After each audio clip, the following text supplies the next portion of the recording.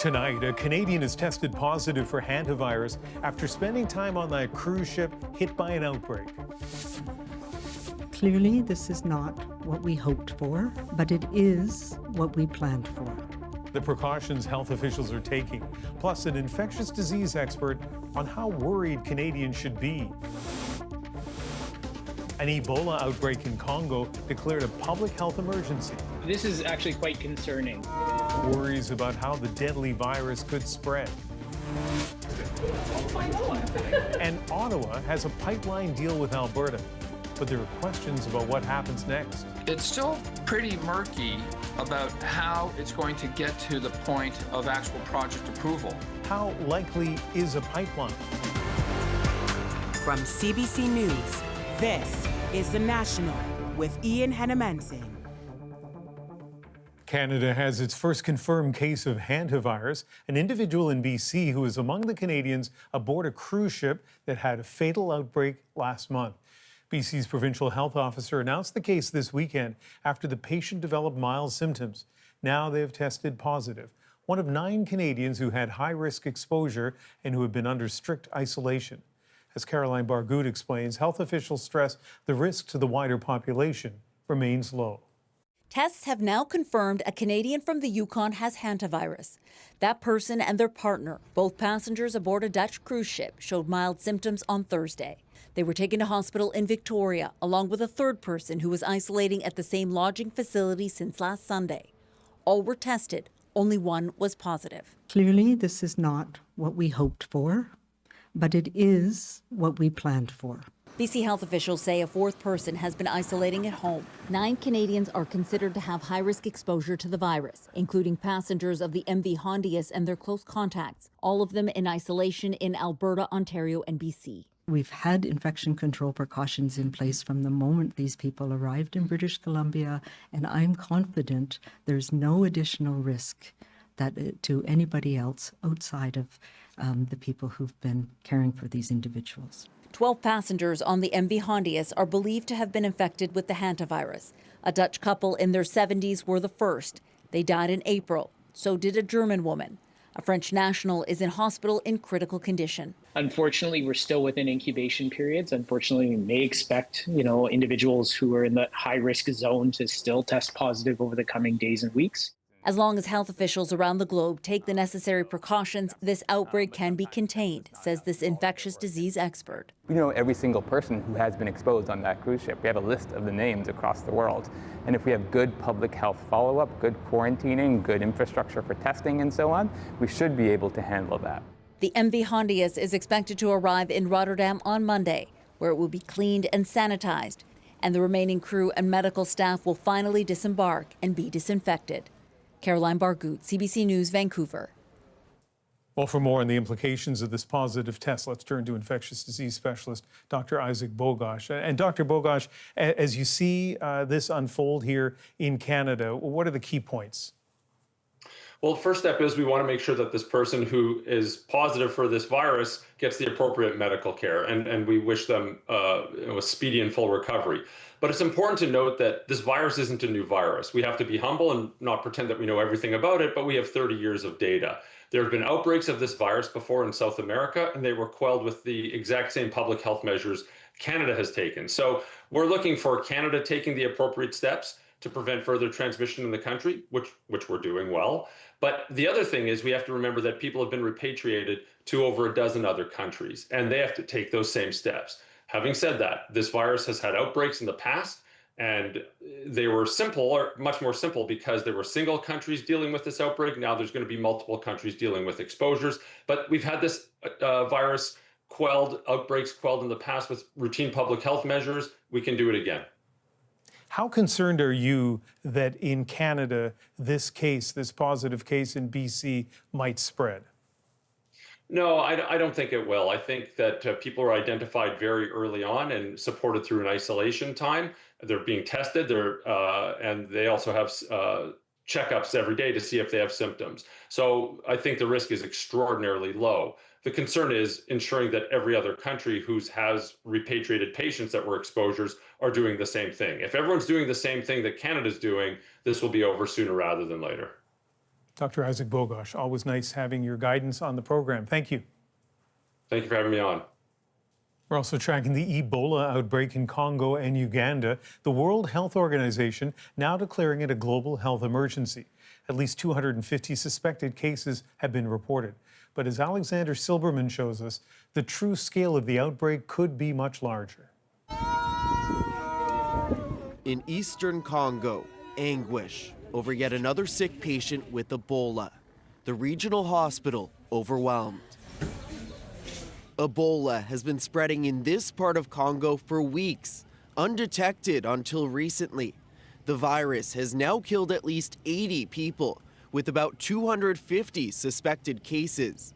There is still no vaccine for this strain. But the region where it is happening is highly volatile. The World Health Organization is declaring the outbreak a global health emergency.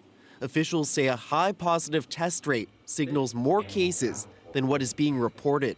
Priority actions include risk communication and community engagement, strengthening disease surveillance, active case finding, and contact tracing. Ebola is a severe and often fatal disease, which spreads through bodily fluids and causes fever, vomiting, intense weakness, and in some cases, bleeding. This is actually quite concerning. Infectious disease specialists say this strain of Ebola is caused by an extremely rare species of the virus, and that means fewer tools to fight it. So tests apparently in the field are not working particularly well. We don't have access to vaccines and therapeutics. With the disease challenging to contain, the WHO warns countries bordering Congo are at high risk. In neighboring Uganda, some residents are feeling uneasy. The country has recorded 2 confirmed cases linked to travel, including 1 death. I work in an environment where I meet many people every day, so it puts me on a high risk. The risk to the whole world remains very low. No cases of Ebola have ever been detected in Canada, but officials say the complexity of the situation in Central Africa requires an international response. Alexander Silberman, CBC News, Montreal. Italy's president and prime minister visited some of the 8 people seriously injured in a vehicle attack in Modena. Large crowds turned out in solidarity with the injured after a man drove a vehicle at high speed through the crowded city center, then stabbed a pedestrian. 2 women he struck had to have their legs amputated. The suspect has a history of mental distress, and authorities say they don't yet know why he attacked. And the search for 4 Italian divers missing in the Maldives has been paused after a Coast Guard officer lost his life in the recovery attempt. It's believed the divers' bodies are trapped in underwater caves. The search will resume Monday, led by a team of recovery experts from Finland. A Republican senator who challenged Donald Trump after the January 6th attack has lost his bid for re-election. It's an indication of the president's popularity among his base and the cost of defying him. But as Katie Simpson tells us, some Democrats are viewing it as an opportunity. Let there be no doubt about who controls the Republican Party. U.S. President Donald Trump racking up another win on his so-called revenge tour. I thank y'all so much for being here. With the defeat of Bill Cassidy, a 2-term senator who lost the Republican nomination after Trump branded him as disloyal. And when you participate in democracy, sometimes it doesn't turn out the way you want it to. You don't claim the election was stolen. You don't find a reason why. Cassidy first ran afoul of Trump back in 2021. After the January 6th attack on the U.S. Capitol, he was one of 7 Republican senators who voted to impeach the president. You can disagree with President Trump, but if you try to destroy him, you're going to lose because this is the party of Donald Trump. Trump never forgave Cassidy, attacked him online, and endorsed a challenger, Congresswoman Julia Letlow. After earning most of the votes, she heads to a runoff against a state lawmaker to replace Cassidy as the Republican nominee. There's no greater endorsement than the endorsement from President Trump. I will always be singing that from the mountaintops. Despite national polling numbers showing Trump's overall popularity is slipping, Republican voters keep backing his candidates as the party picks its nominees. In Indiana, Trump attacked 7 Republicans who refused his orders to alter voting maps, with 5 of those 7 lawmakers recently defeated. The Republican Party is organized less and less around conservative principles, more and more around one man.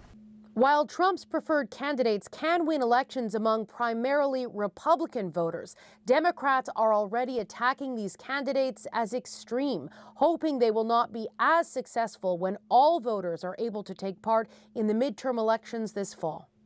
Katie Simpson, CBC News, Washington.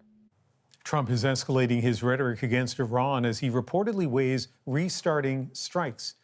On Truth Social, the U.S. president wrote, "For Iran, the clock is ticking, and they better get moving fast, or there won't be anything left of them." Trump spoke with Israeli Prime Minister Benjamin Netanyahu Sunday, and according to U.S. news site Axios, he'll meet with American security officials Tuesday to discuss military options. This follows a drone strike in the United Arab Emirates that caused a fire at a nuclear power plant.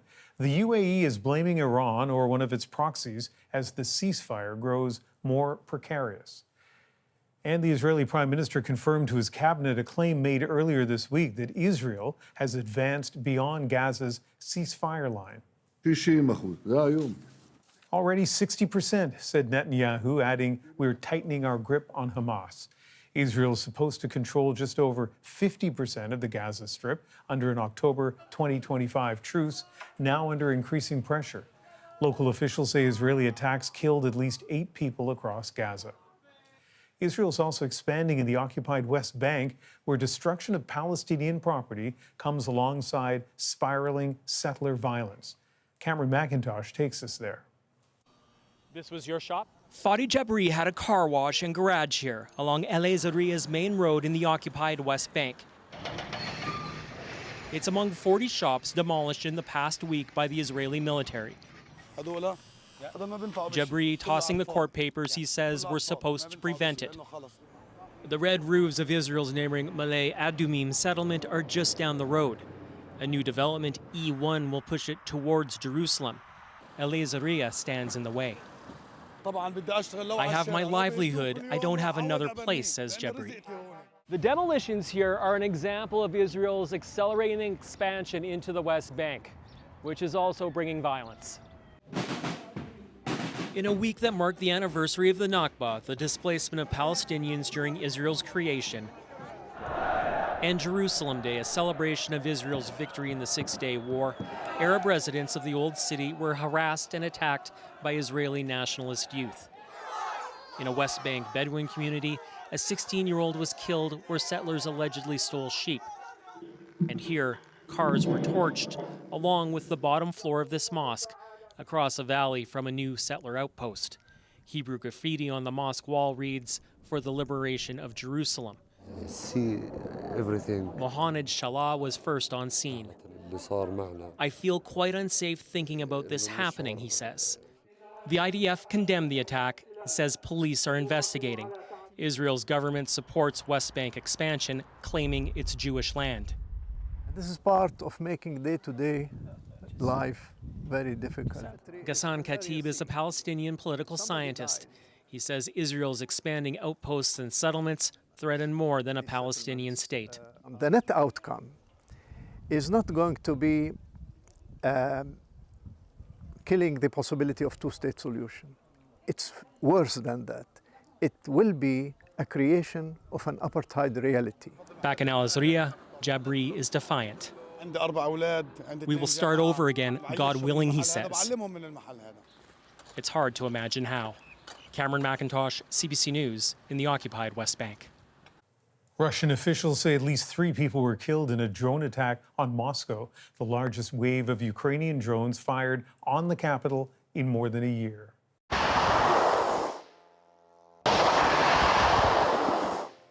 The Ukrainian military publicized the attacks, which it said targeted Russian oil installations and weapons facilities.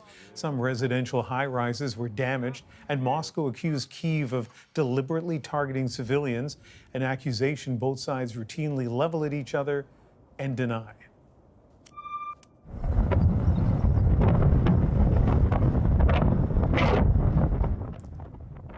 Dramatic moments in the skies over Idaho where two Navy jets slammed into each other during an air show at a military base. All 4 crew members ejected safely. No one on the ground was hurt. The remainder of the air show, though, was canceled. Questions tonight about a proposed new pipeline from Alberta to the BC coast. The project cleared a major hurdle when Alberta and the federal government agreed on some key terms this week. David Thurton shows us why the ambitious timeline is far from certain. Alberta and Ottawa have a breakthrough deal on a proposed pipeline to the BC coast. The next big challenge, making it happen. It's still pretty murky about how it's going to get to the point of actual project approval. Friday's agreement sets out an ambitious timeline. Shovels in the ground as early as September 2027, an industrial carbon price rising to $130 per ton by 2040. That's where we believe we can make the biggest impact on reducing emissions. But in a statement, Canada's 5 largest oil sands producers say the price represents uncompetitive costs for investors. They're going to be very conscious of what their investment alternatives, and right now, the investment alternatives for many of them look better in the United States. According to the Canadian Climate Institute, the added cost of Alberta's carbon price is about pennies per barrel of oil. That is a compromise by the Alberta government. That's us accepting some water in our wine in line with the federal government to be able to make sure we can accomplish our joint objectives. Those objectives could clash with some First Nation priorities. They worry a pipeline will bring oil tankers to BC's northern coast. So that consultation clock is ticking. Indigenous leaders point to Canada's constitutional duty to consult them.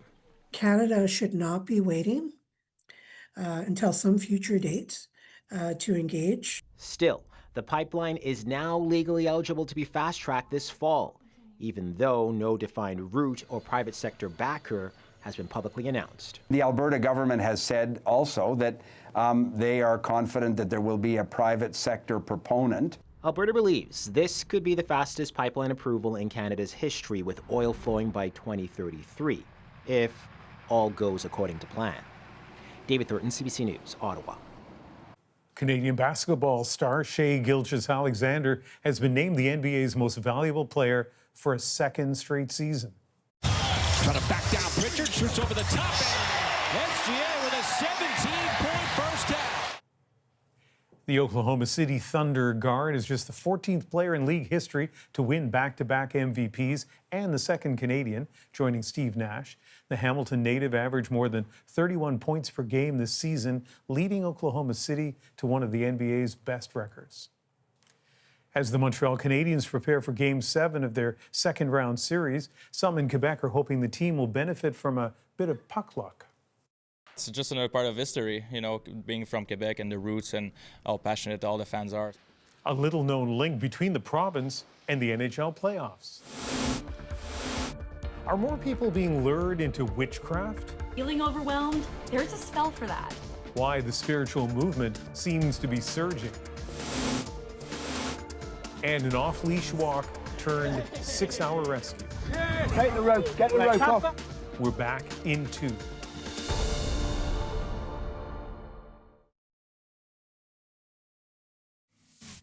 And Rousey pops her head out in full mount, ground and pound. Rousey looking for the arm, and already the arm, it's over. Mamma mia! It took only 17 seconds and her signature armbar for Ronda Rousey to win her mixed martial arts comeback bout. The 39-year-old former UFC champion hadn't fought for almost 10 years, but her return to the ring was also her epilogue. She says she's retiring from fighting to raise her 2 kids and to have more.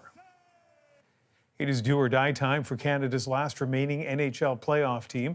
The Buffalo Sabres are set to host the Montreal Canadiens Monday for a crucial Game 7. But as Natalia Weichsel explains, when the Habs take the ice, they'll be bringing a bit of home with them. Every time the Montreal Canadiens hit the ice, they're carrying a little piece of Quebec with them.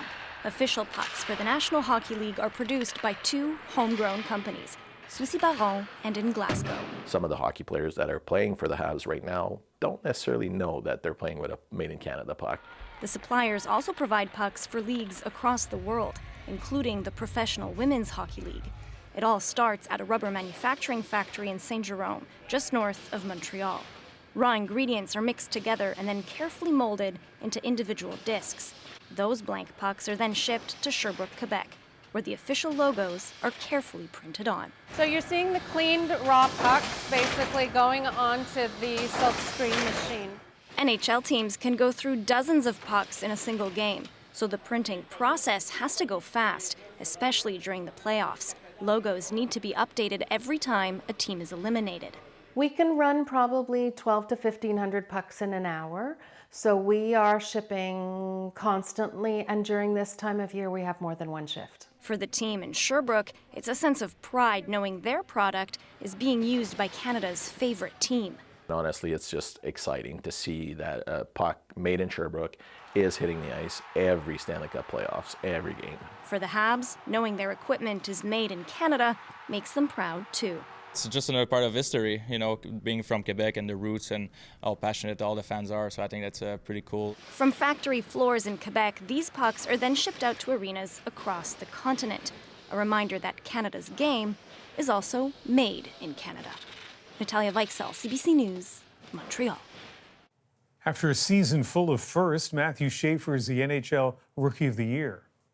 There's a lot of tears. What's making you so emotional?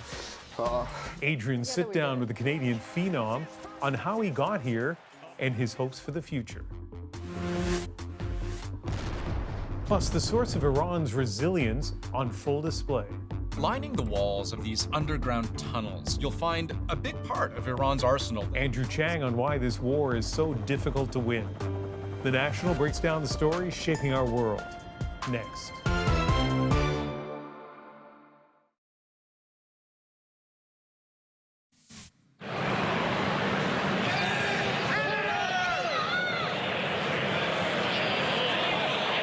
Exquisite!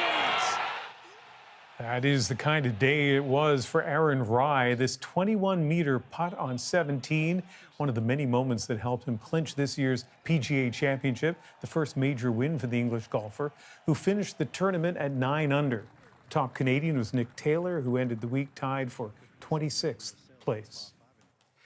Tonight, we're exploring why Canadians seem to have a growing interest in the practice of witchcraft. Thalia Sarv shows us the signs that it's on the rise and possible reasons for its new appeal. Today's lesson is spellcasting. At an altar in her Toronto living room, Alexandra Raquel Hughes is a witch in training. And so it is to claim or reclaim that word. Often people have a lot of questions. Her teacher, Kiki Keskinen, runs a witch school from her home in Quebec. She says its popularity surged since humble beginnings in 2017. We've grown from 3 teachers to 13. We've grown from 1 course to 3 courses a year. The term witchcraft has no distinct definition, but broadly is the practice of magic to influence people or events, historically stigmatised. Feeling overwhelmed? There's a spell for that. Its resurgence is heavily driven by social media since the pandemic. The online subculture Witch Talk has more than 9.1 million posts, up 50% in the last 2 years. While Canadians searching the meaning of witchcraft is up 70% since 2021.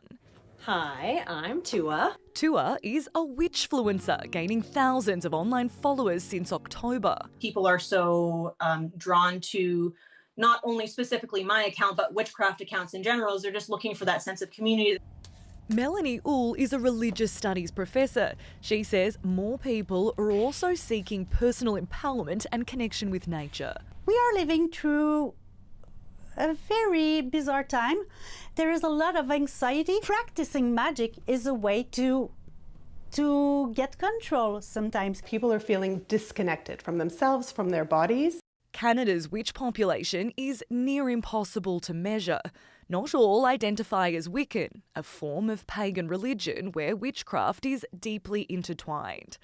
Some of Kiki's students are still reluctant to call themselves witches, but a shift in stigma is changing that, allowing for more public rituals and practice. Witches really are rooted in making positive change in the world. Talia Sarv, CBC News, Toronto. In the breakdown tonight, Canada's rising hockey star voted the NHL's best first-year player. And the attack boats helping Iran lock down the Strait of Hormuz. They're both small and they're fast, with some weaponry on the front. Part of Tehran's unconventional naval arsenal, dubbed the Mosquito Fleet. From now on, all navigating through the Strait of Hormuz is forbidden. How Iran's using them to tighten its grip on the strait. But first. My message is, you are the Calder Trophy winner. Awarded the NHL's Rookie of the Year, Canada's Matthew Schaefer, the unanimous choice and the youngest ever to win it. Obviously, we've had some tough losses, but it hasn't stopped us as a family. Last December, the 18-year-old defenseman opened up to Adrian about how a deeply personal loss helped shape his remarkable journey. Hi, it's Matthew Schaefer. Remember that face and name because you're looking at a rookie on the path to becoming a great. Watch this kid skate. It looks like Bobby Orr in the old days. That Matthew Schaefer kid, he is setting the league on fire. From the Erie Otters, Matthew Schaefer. He was still just 17 when he was the NHL's first overall draft pick in June, one of very few defensemen recently to earn that post.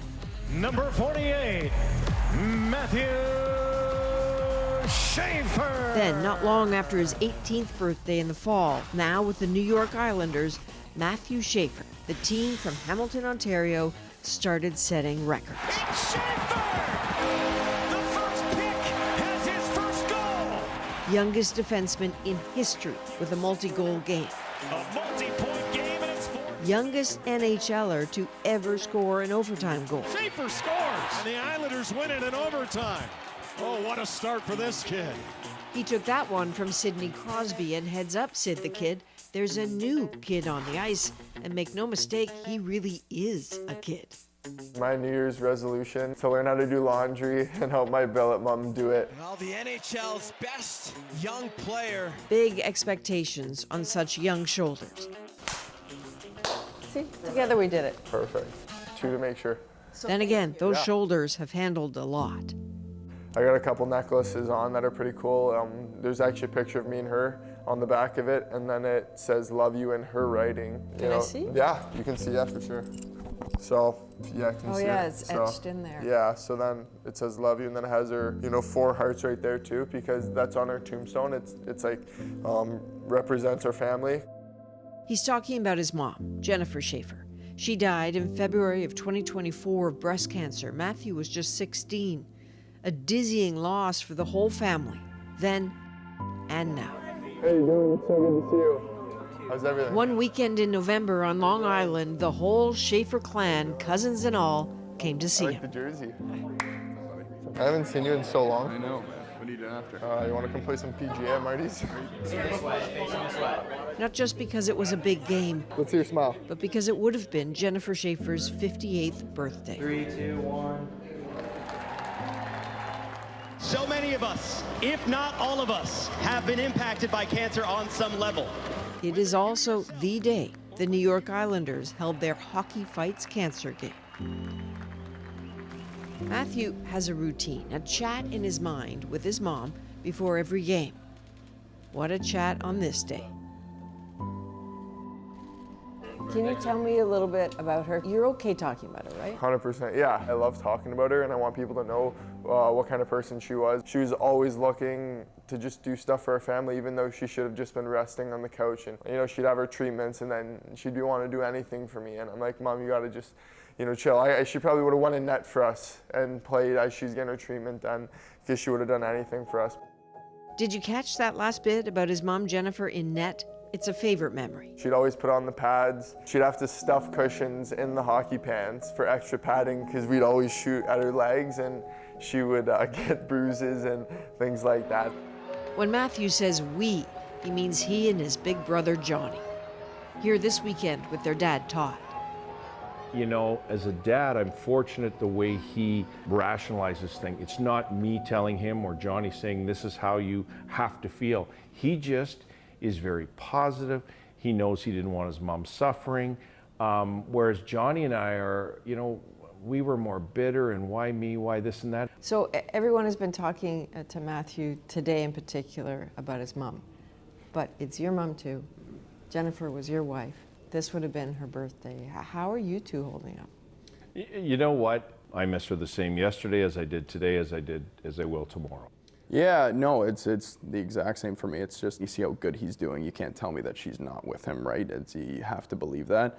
But the thing that makes it the hardest is like you realize how much she truly is missing. Like you think about how she would react with his first goal, the draft, you know, seeing all the fans, seeing all the kids come up to him. Those are some of the things that you think back and you're like, boy, she would love this.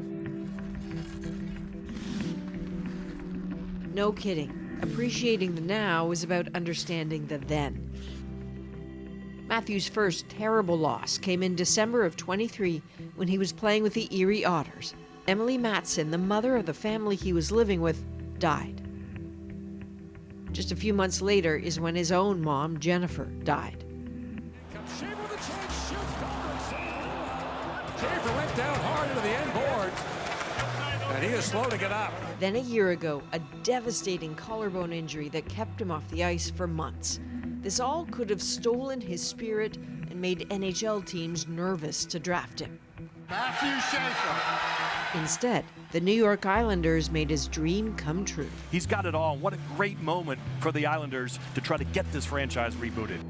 What Todd and Johnny did not expect were the respectful touches the Islanders made to honor Jennifer as well. On the jersey, there was the cancer ribbon, and then underneath, on his neck, basically on the jersey, it said JS, and for my mother's initial. What a moment. He kissed the ribbon on his sweater and he just lost it. I think that's where the floodgates really opened, when he realized, oh, it's almost like mom's not here. It's heightened emotions when all these positive things happen, because you realize who's not there to witness it. What are you feeling right now? What's going through your heart? Yeah, I think it's just my mom, for sure. I miss her a lot, and I wish she could be here today. She's got it for her. But seeing him break down like that, like I had not seen him cry like that, maybe ever. Ever. Yeah. Ever. Yeah. So I think it was a combination of, wow, what a spectacular day this is, and wow, she's not here, and, you know, everything all at once. And wow, finally he let it go. Yeah. Yep. Yep. That's official. Perfect. Welcome to the Islanders. Thank you. When it came time for Matthew to sign his contract, he made a point to do something he's done regularly since his mom died. I'll meet all you guys. I'm Matthew. Meeting with bereaved children, inviting them to share in that moment and at the same time share their grief. If you guys want to tell me a bit about your guys' stories, I'd love to. We can relate. You know, there's kids that are so young. Something Matthew finds helps him too. I've always wanted to help people, but it's so nice that I can go down this path, and, you know, it reminds me of my mom, and I know she'd be super proud. Obviously, I think at the start it's, you know, very sad, but I love to talk out about it. I think a lot of people are going through the same thing, so when you can connect with other people, I think it goes a long way. The on-ice moments now all about proving the Schaefer gamble was a good one. And so far, so great. Aside from his records, he gets big ice time, routinely more than 25 minutes a game. That doesn't happen unless the coach trusts you. He's part of the team. Patrick Waugh seems to. At first, we were like, okay, we're going to take our time. We're not going to, you know, force things. But it's impressive the way he's playing. The way he's playing is, I feel like it's almost like contagious to our group. Patrick Waugh knows a thing or two about a rookie season. You might remember him as St. Patrick, the goaltender who led the Montreal Canadiens to a Stanley Cup in 1986 at just 20 years old. When I was young, that's the first thing my dad wanted to make sure is we had quality people around us, and I think that's what Schaefer has. Indeed he does. My New Year's resolution will be to learn how to do laundry. Remember that New Year's resolution, learn to do laundry to help out his billet family? That would be the Martins. Matt Martin, the former Islanders forward who retired last year and is now a special assistant to the general manager, his wife Sydney, and their 4 kids. The joke around the rink, 4 kids wasn't enough for the Martins, so they took in a 5th. This idea of staying with Matt Martin, were you nervous at first? I think from day one, I got super close with him. Honestly, he was kind of like an older brother, older dad figure for me, so whether we're wrestling or, you know, chirping each other, doing things like that, it makes me feel at home, and their family's awesome. Hey, Winnie. Yeah. You can't get me. We're good with that. I love playing with their kids. I mean, whether it's, you know, just messing with them or, you know, doing little things. Ready? Go. Sometimes they got me dressing up, sometimes they got me chasing them all over the house. When you're dressing up, what do they make you wear? So Winnie is the oldest. She loves to be Elsa. For me, I'm always someone that's pretty low down there and, you know, not as important as Winnie. I'll get whatever they tell me to be. So I just listen to the princess. Yeah. I'll see you guys at home. We're gonna see you at home, okay? Love you guys. It feels like it's my house because like I'm just like so close with them and they're so open and they're so good in many ways. In many ways, including this sweet pre-game ritual. The Martin girls rinkside to cheer on their pal Schaefer during warm-up, receiving a puck in return. Who he is, seen by the team as all part of how he plays. What impressed me the most is how humble he is, down to earth and capable of listening to what people are saying, but at the same time, stay focused on what he has to do. So he's not getting cocky. You don't see No, that. I don't see him like that. There's something he wants to achieve, and I think he's focusing on that. He's focusing on his first season. While he does, others have another thought for him. A spot on Team Canada in Milan, maybe? There is legitimately a chance that you're going to the Olympics. And you are still eligible to play for the World Juniors. This is a little crazy. Yeah, I mean, you don't think about things like that because you're so busy and you just want to focus on your team. I'm still young and I'm still learning a lot of things, so for me, I just want to get better. So that sounds to me like the answer from someone who's preparing himself for it not to happen. I mean, honestly, I wouldn't say not to happen. It's just there's really nothing to lose for me as a young kid coming in. At the end of the day, it's their decision, and I just got to leave everything out there. Italy is nice in February. What do you think? It's a lot of pressure, and so it makes it nerve-wracking again. But it's definitely very, very cool to think that he's on that list of names. I worry about, okay, he's climbing these mountains. Does he really need to climb this one at 18? Can we wait a few years? It's the father in me saying, you know, what if things don't go well? Like, there's nothing wrong with having 3 weeks off to come home and be an 18-year-old kid. 20 years from now, maybe you've retired, you're at the Hall of Fame, people are talking about Matthew Schaefer. What do you really hope they're saying about you in that moment? Hopefully I have some facial hair at that moment. I mean, because I'm trying to grow, but no. I want to be known as, you know, someone that's can help young kids, you know, help people in life. It doesn't matter about the hockey, but, you know, just a good person that people can look up to.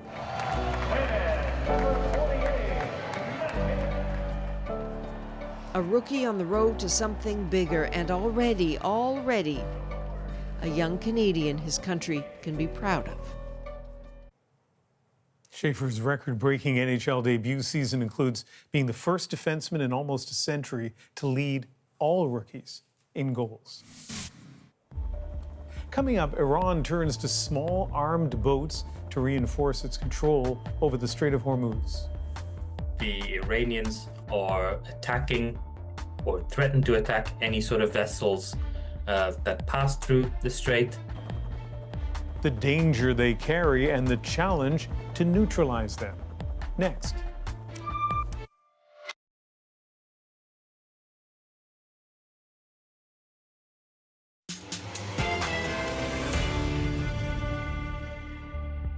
Iran's swarm of highly maneuverable attack boats presents a potent threat to ships in the Strait of Hormuz, a key part of Tehran's strategy in defying U.S. demands to reopen the waterway. Andrew Chang, host of About That, explains why stopping Iran's mosquito fleet might be challenging. Lining the walls of these underground tunnels, you'll find a big part of Iran's arsenal that helps keep the war from ending. In this IRGC video, an unknown number of small, quick attack boats. This video, aired on Iranian state TV, claims to show Iranian soldiers in these kinds of boats boarding and seizing 2 tankers transiting the Strait of Hormuz, ships many times their size. And these little boats come with firepower, short-range anti-ship missiles, rockets, heavy machine guns, operated with minimal crew and sometimes no crew at all. Yeah, we don't often think of drone boats, do we? Since the start of the war, we've seen reports of these unmanned kamikaze boats that ram and explode. But what makes this fleet so threatening isn't what any one boat can do, it's their sheer numbers. Analysts believe Iran has hundreds, maybe thousands of boats in this so-called mosquito fleet. Cheap to make, easily replaced, can attack in swarms if need be. And in theory, be launched from any of the ports along Iran's 2,000 kilometers of coastline. This anywhere, anytime kind of attack is so difficult to contain because, of course, the US military can destroy any of these boats. US officials say they're using Apache and Seahawk helicopters to take them out and protect tanker traffic. But there are seemingly so many, you can't destroy them all. One boat, one mine, creates the very kind of crippling uncertainty in the Strait of Hormuz that has kept the US from declaring total victory. So, as long as Iran can keep those boats going, it has leverage that's really hard to tamp down. Today, South Korea's foreign minister said he spoke with his Iranian counterpart about an attack on a Korean-operated cargo ship earlier this month near the strait. Iran hasn't claimed responsibility, but both reportedly agreed to keep communication open to ensure safety. Texas has been key to Donald Trump's mass deportation push, leading all states in ICE arrests and detentions. Jonathan Montpetit traveled there to see what's happening firsthand. Here's a look at what he's working on. So we're just pulling into San Antonio. It's one of the cities where ICE has been the most active recently. And it's in the state, Texas, which has the most immigration detention centers in the U.S.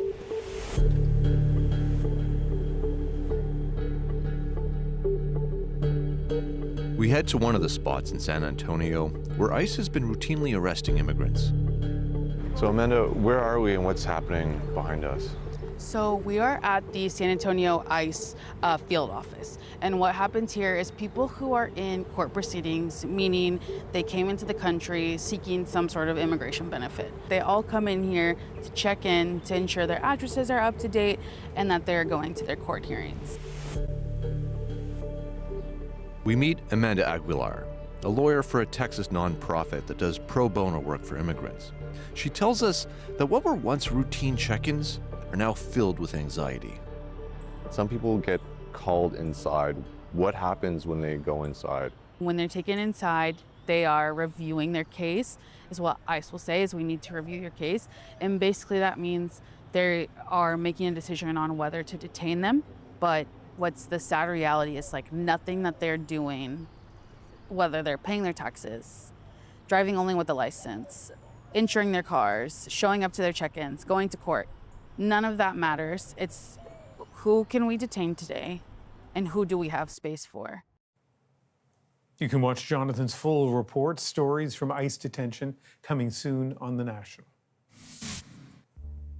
Coming up, a team effort to save a dog trapped deep underground. There were times during the rescue when we thought we were never going to get the dog out. How they pulled off the rescue, next in our moment.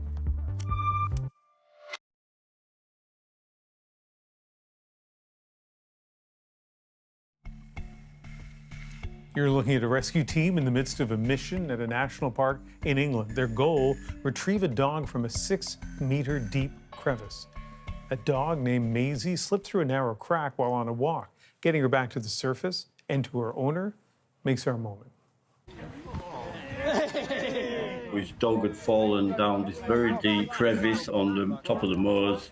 It's a bit like a chasm, but it was about maybe a foot wide and maybe 20 foot deep. It was an old dog, a little bit perhaps overweight without being unkind to the dog.